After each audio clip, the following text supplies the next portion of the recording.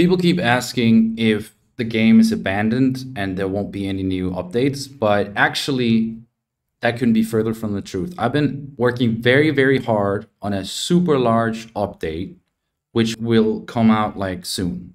I don't know exactly when, but it will come out soon. And it has so many new features. Basically, I had to redo so much of the engine and a bunch of stuff. But first, before we get into some of that, I want to just show you something cool. And right here, I'm in the old version, or the current version of the game, I should say. And I'm going to load this NAND schematic. And the author here writes, "Warning, this is very inefficient and way too big and slow."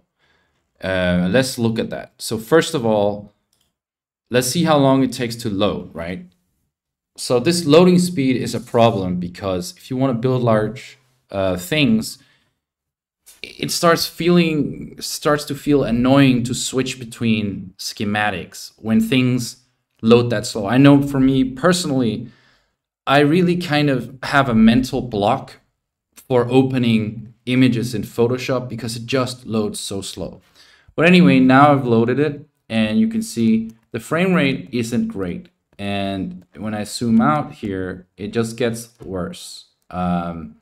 This is like borderline unplayable. It's definitely not a great experience. The original game wasn't actually built for large schematics, and that's one of the things I want to fix. You see it randomly drops frames once in a while here, and when I draw something and I let go, it will go compile the circuit, and then it will drop a bunch of frames. You can see here. Yeah, it's just not great, and the whole thing is just borderline unplayable. If I run it as fast, you know, in the fastest mode, you get like 2 or 3K maybe around there ticks per second.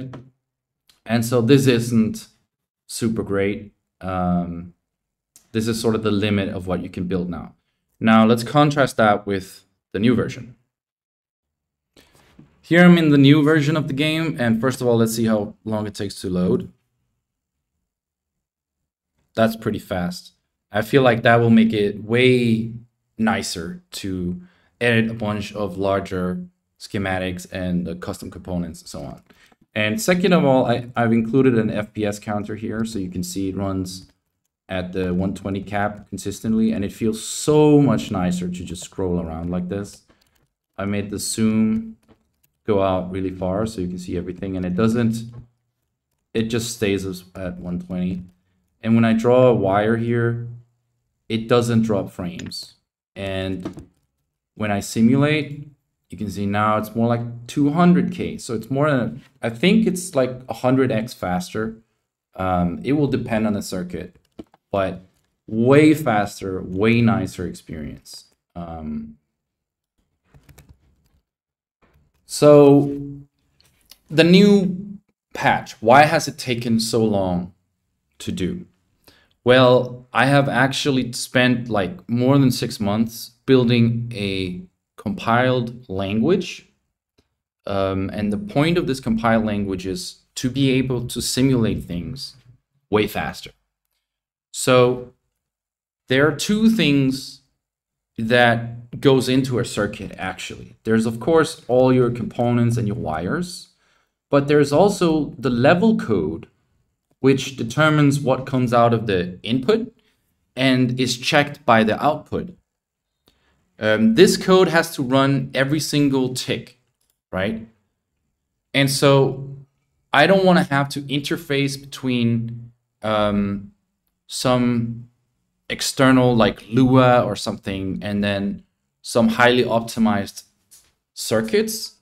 And I also want to be able to run this on my server so that I can verify the scores of users who upload their scores. And I wanted the language to be kind of nice, that the language that levels are written in, because one of the things that I want to add with this update is custom levels, so users can make their own levels. So for all of these reasons, I wanted a new language which is compiled fast and then simulate or then runs really fast, right? So all these components together with the level code generate code that is then compiled and and run, and that has taken a really long time. So that's the main reason this patch has taken so long. And of course, I had to rewrite all the components to the new language, to use the new language, and also the levels, which I'm still not done with. And when I started gluing together the new engine with the old rest of the game, I found a lot of places where there was just a lot to, like, it would have had to be very hacky to glue these things together. And they involve something that I would eventually like to replace anyway. So I thought maybe this was a good opportunity to just go do it, which is, for example, why this render is so much faster now, is because I went through and did this now instead of waiting to do it later. Now that you know why it's taken so long, I would like to describe the new features, or some of them. I sort of think about them in 3 different categories of what kind of players that they enable. And this speed that you saw here, all these different kinds of speed improvements, they really benefit the players who like to build their own architectures. Maybe it's a fantasy build, maybe they're building a RISC-V or whatever architecture. They can now go much further, right? That's the first category. And for them, I also want to add more powerful tools for the assembler. Right now, you can really just do mnemonics, which in the game I called assembly codes. But it would be very nice to be able to add some patterns as well, so you can really reproduce the RISC-V or whatever you want. The second thing I really care about is the campaign. And I would like to, or I'm going to, since I'm rewriting all the levels anyway, so I'm updating the leg levels to be more like real current architectures out there. So for example, including conditional flags and changing some of the stack levels. I also want to, at some point, add more levels about modern architecture concepts. And I would like to add levels, probably, I'm not 100% guaranteeing this, but I would probably like to add levels about transistors and the clock and other things like that. Finally, I care about score hunting.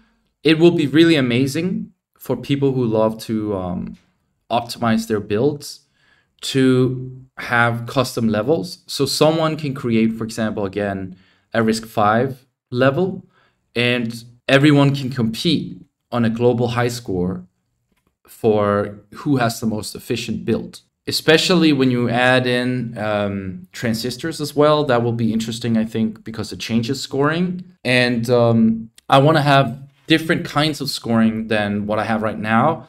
Right now, the optimal solution for all levels is building a problem-specific circuit, an ASIC, instead of having a general-purpose architecture. But I would like to create ways to have levels be scored like architectures. One way to do this is to test an instruction set, just like the last overture level or the last leg level does. Another way to do this is to have a bunch of levels being tested, but where you have to use the same hardware for each level, only the software can change. This way you aren't able to really create a specific hardware solution for all the levels. You're forced to create something general purpose, which is the point of architectures, right? So between that and a bunch of other features that I probably forgot to mention, there's a lot of new stuff coming, and I don't know exactly when it will be released, but stay tuned.